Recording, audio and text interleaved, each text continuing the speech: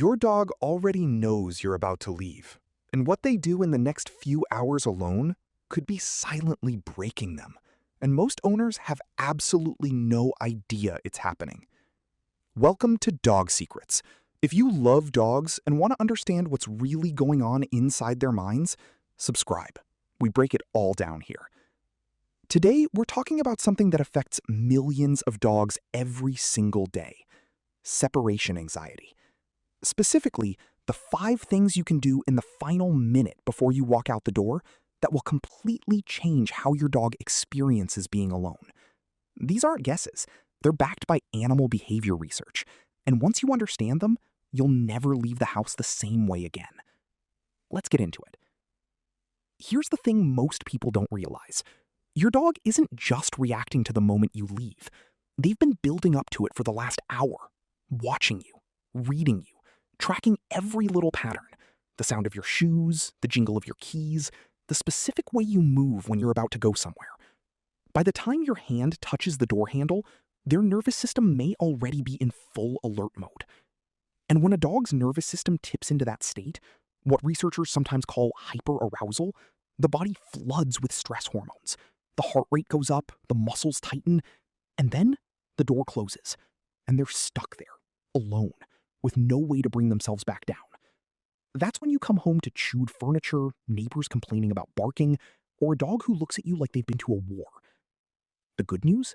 You can interrupt that entire chain of events before it starts, and it takes less than 60 seconds. Here's step 1, the quiet connection moment.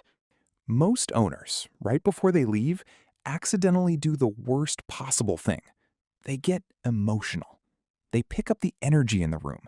They talk in that fast, high-pitched voice. "Okay, baby, mommy's going to work. Be a good boy, okay? Okay, I love you so much." While their dog is desperately trying to read whether there's something to panic about. Here's what that looks like from the dog's side. You, their entire world, are suddenly acting strange. Your energy is different. Your voice is different. Your movements are faster. And then you disappear. That emotional spike right before departure is one of the most reliable triggers for what follows. Dogs are extraordinarily sensitive to social energy. Studies on human-dog interaction show that dogs read human emotional cues, facial expressions, body posture, tone of voice, with a sophistication that rivals what we see in human children. When you escalate before leaving, your dog reads that as a signal that something significant is happening. And significant, in the ancient part of their brain, means potentially dangerous. The fix isn't complicated, but it does require intentionality. In the final 60 seconds before you leave, slow yourself down. Physically, consciously. Walk more slowly. Soften the muscles in your face. Breathe out. Get close to your dog. Not in a frantic way, not with dramatic energy, just close. Make gentle, relaxed eye contact for about 10 to 15 seconds. Not staring, not pleading, just the kind of calm, steady look that says everything is exactly the way it's supposed to be. Then look away first. That small act, breaking the eye contact, communicates something powerful in dog body language. It says, "I see you. Nothing is wrong. This is normal." Think of it as a psychological anchor. You're setting the emotional tone before you leave, and your dog's nervous system will carry that tone forward into the hours ahead. Here's a question I want you to think about, and drop the answer in the comments below, because I genuinely want to know. Does your dog start following you around or watching your every move before you've even picked up your keys? Tell me your dog's name and what you notice first. It helps me understand what's really going on for the dogs in this community. Now, step 2. Releasing physical tension. This one surprises people. We tend to think of anxiety as purely emotional, something happening in the mind. But anxiety lives in the body. When a dog is stressed, they carry physical tension, particularly in spots we almost never think to touch. 2 of the most tension-prone areas are the webbing between the toes and the zone where the front legs connect to the chest. These spots act almost like storage containers for nervous energy. The dog looks calm on the surface, but dig a little deeper, literally, and you can feel the tightness. Research on therapeutic touch in animals suggests that slow, gentle pressure applied to these areas can shift the nervous system out of a stress state. The mechanism connects to something called the parasympathetic nervous system, the part of the nervous system responsible for rest and recovery. When you activate it through touch, you're essentially telling the body, the danger is over. You can let go now. Spend about 30 seconds before you leave applying slow, circular pressure to one of these zones. The space between the toes, the soft area at the top of the front legs, where they meet the chest. Your hand should be soft, not gripping. Your pace should be slow, almost deliberate. You're not petting enthusiastically, you're releasing. There's a meaningful difference. When you combine this with the calm connection moment from step 1, something interesting happens. You've addressed both levels of where anxiety lives, the emotional and the physical.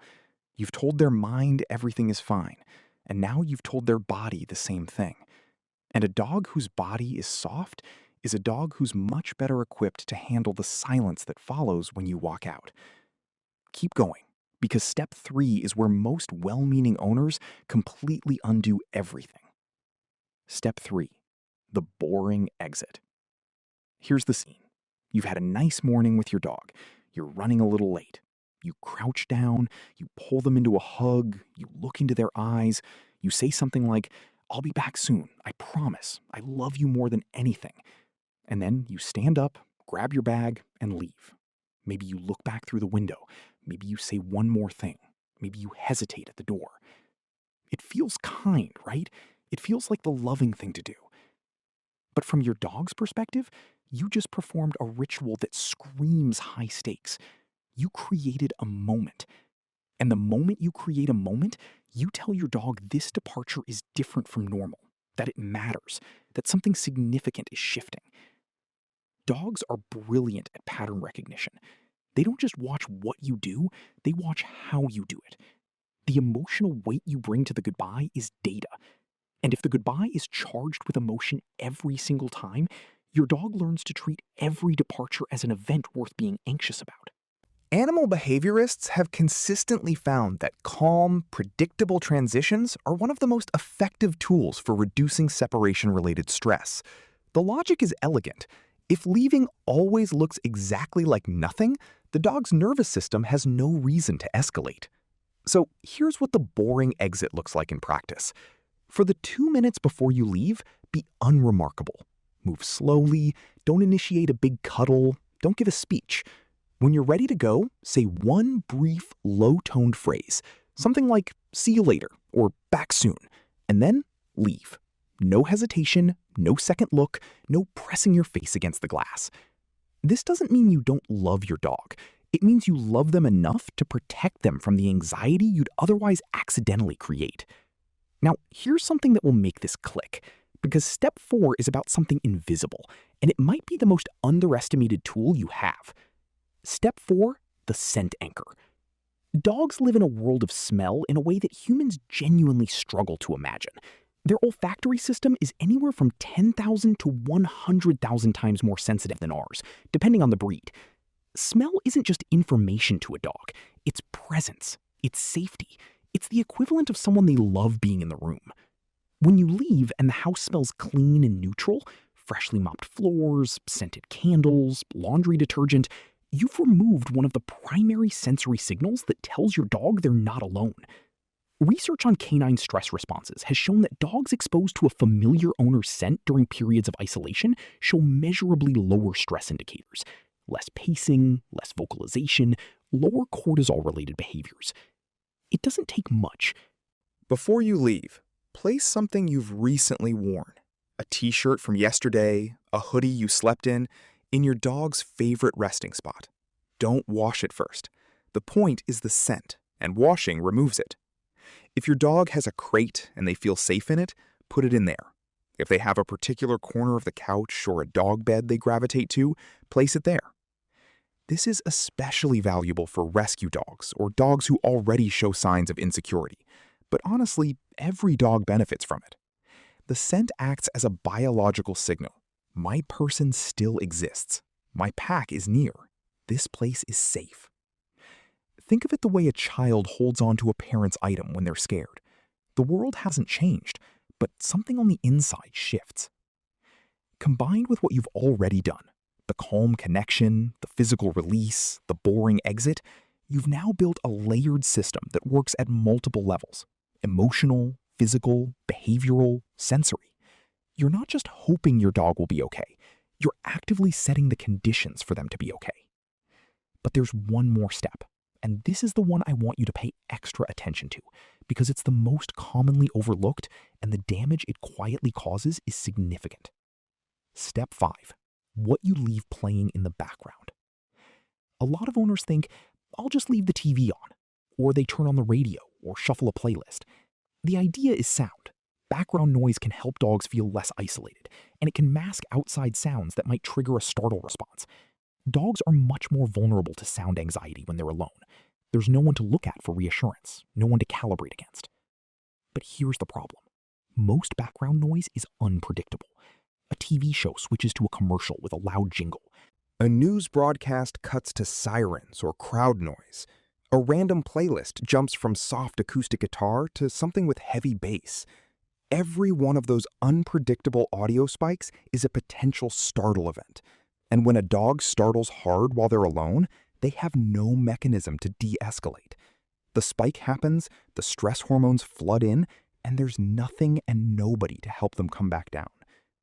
Research into calming audio for dogs suggests that specific types of sound, soft classical music, steady nature soundscapes like rain or flowing water, or purpose-built canine relaxation audio can actively support the nervous system rather than destabilize it.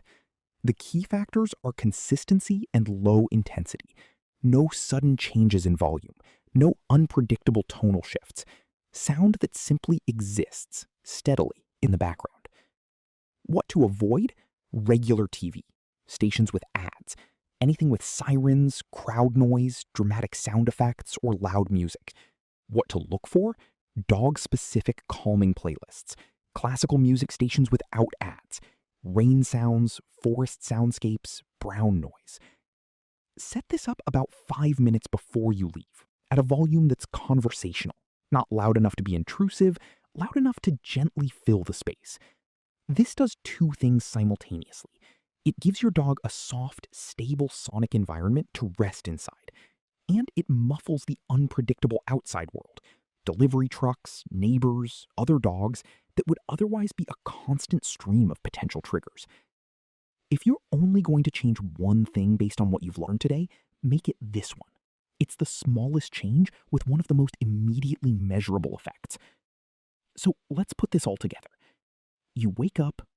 You move through your morning without performing a dramatic countdown for your dog. 5 minutes before you leave, you put on soft, consistent background audio at a steady volume. You place a recently worn item of clothing in your dog's favorite spot. In the final 60 seconds, you slow yourself down. You kneel or crouch near your dog, not frantically, not emotionally, and you make calm, soft eye contact for 10 seconds, then look away. You spend 30 seconds applying slow, gentle pressure to the webbing between their toes or along the chest where their front legs meet. Then you stand. You say one simple, low phrase, and you leave.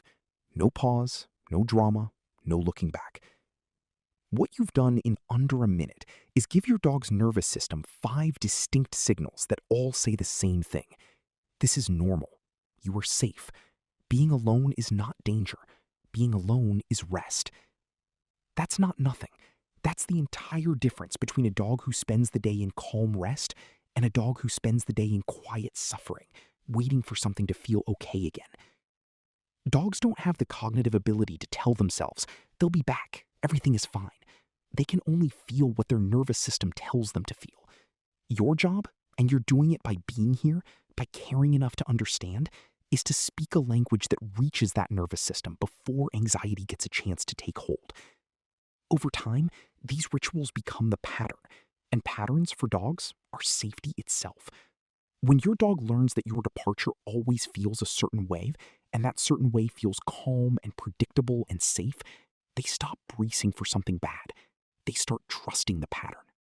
And that trust Real, deep behavioral trust is one of the most meaningful things you can build with the animal who has chosen you as their entire world. If any part of this changed the way you see your dog's experience, please give this a like and subscribe to Dog Secrets for more. And tell me below, what's your dog's name? And which of these 5 steps are you going to try first tomorrow morning? I read every single comment.